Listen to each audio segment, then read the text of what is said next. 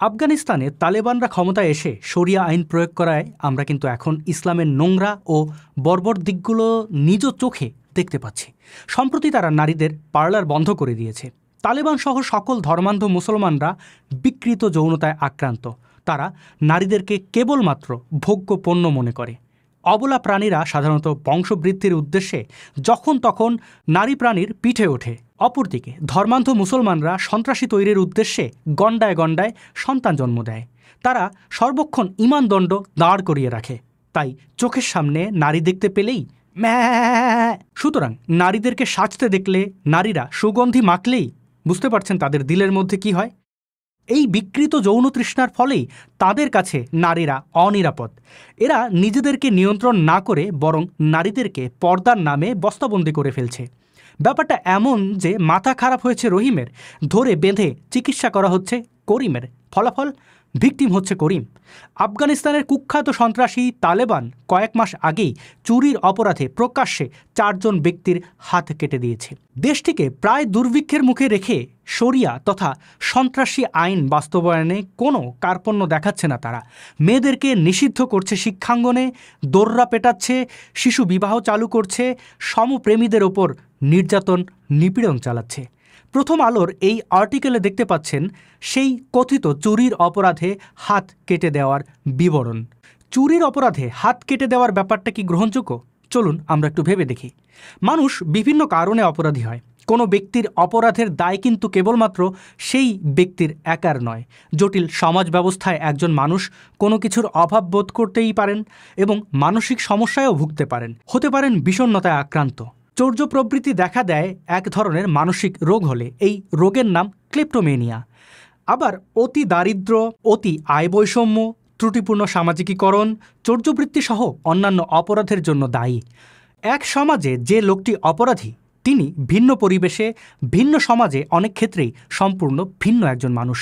অর্থাৎ একজন মানুষকে অপরাধীতে পরিণত করতে সমাজের অনেক ক্ষেত্রেই দায় রয়েছে। এবার আসি ইসলামের শিক্ষা প্রসঙ্গে। ইসলাম যদি সত্যি সত্যি আল্লাহ বা এরকম কোনো সৃষ্টিকর্তার মনোনীত ধর্ম হতো তবে অবশ্যই সেটা সবচেয়ে মানবিকতা ও সভ্যতা শিক্ষা দিত।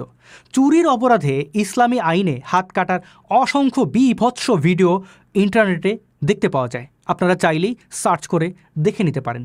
সৌদি আরব সহ বেশ কয়েকটি মুসলিম দেশে এখনও চুরির অপরাধে হাত কাটা, কথিত ব্যভিচারের অপরাধে পাথর নিক্ষেপ করে হত্যার আইন রয়েছে। চলুন দেখে নেওয়া যাক মুসলিমদের কাছে পবিত্র পুস্তক কোরআন আসলে এই বিষয়ে কি বলছে। সূরা মায়দার 38 নম্বর আয়াত বলছে, যে পুরুষ চুরি করে এবং যে নারী চুরি করে তাদের হাত কেটে দাও তাদের কৃতকর্মের সাজা হিসেবে। আল্লাহর পক্ষ থেকে হুঁশিয়ারি, আল্লাহ পরাক্রান্ত জ্ঞানময়। তথাকথিত নবী মুহাম্মদ কি বলেছেন এই ব্যাপারে? তিনি নিজ তত্ত্বাবধানে চোরের হাত কেটে দেওয়ার মতো জঘন্য ও নিষ্ঠুরতম নির্দেশনা সৃষ্টি করে গেছেন। বুখারী ভলিউম 8 বই 81 হাদিস নম্বর 779-তে উল্লেখ রয়েছে যে মুহাম্মদ বলছে এভাবে, যদি ফাতেমাও চুরি করত তবে অবশ্যই আমি তার হাত কেটে দিতাম। মজার ব্যাপার হলো ফাতেমা বা তার পরিবারের কেউই কখনো চুরি তো অনেক দূরের কথা, কোনো অপরাধী নাকি করেননি, তাই তাদেরকে কোনো প্রকার শাস্তির আওতায়ও আনা হয়নি। মুহাম্মদের শিশু স্ত্রী আয়েশার উপর অভিযোগ আরোপ করায় বিশিষ্ট সাহাবী হাসান বিন সাবিতকে 100 দোররার শাস্তি দিয়েছিল তথাকথিত নবী মুহাম্মদ। আবু দাউদ 467 নম্বর হাদিস বলছে, চুরির অভিযোগে এক লোককে নবীজির কাছে ধরে নিয়ে আসা হলো, কিন্তু চুরির কোনো প্রমাণ লোকটির কাছে ছিল না। তাই নবী ওই অভিযুক্ত ব্যক্তিকে বললেন যে তুমি যে চুরি করেছ সেটি কিন্তু মনে হচ্ছে না। কিন্তু অভিযুক্ত লোকটি তিনি 2 বা 3 বার বললেন যে আমি চুরি করেছি। নবী তার 2 হাত কেটে ফেলার নির্দেশ দিলেন। শাস্তি বাস্তবায়নের পর তাকে আবার নিয়ে আসা হলো নবীজির কাছে। নবীজি তখন তাকে বললেন যে আল্লাহর কাছে প্রার্থনা করে তোমার অনুশোচনা জ্ঞাপন করো। লোকটি তখন বলল যে হ্যাঁ, আমি অনুতপ্ত চিত্তে আল্লাহর কাছে ক্ষমা প্রার্থনা করছি। নবীজি তখন বলে উঠলেন যে ইয়া পরওয়ারদিগার, তুমি এর প্রার্থনা মঞ্জুর করো।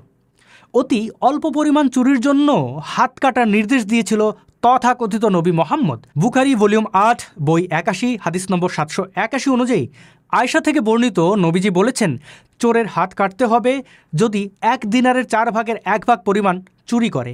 বুখারী ভলিউম 8 বই নম্বর 81 হাদিস নম্বর 787 অনুযায়ী আল্লাহর রাসূল চোরের হাত কেটেছেন একটি ঢাল চুরির অপরাধে, যার মূল্য ছিল 3 দিনার। বুখারী ভলিউম 8 বই নম্বর 81 হাদিস নম্বর 791 অনুযায়ী মুহাম্মদ বলেছেন যে আল্লাহর অভিশাপ তার ওপর যে একটি ডিম চুরি করলো অথবা একটি দড়ি, এজন্য তার হাত কাটার শাস্তি দিতে হবে। এখন বলুন তো, একটা লোক যে চুরি করেছে সে হয়তো পরিবারের একমাত্র উপার্জনক্ষম ব্যক্তি, হয়তো তার 2টি বা 3টি সন্তান রয়েছে এবং নিজের জীবনও রয়েছে।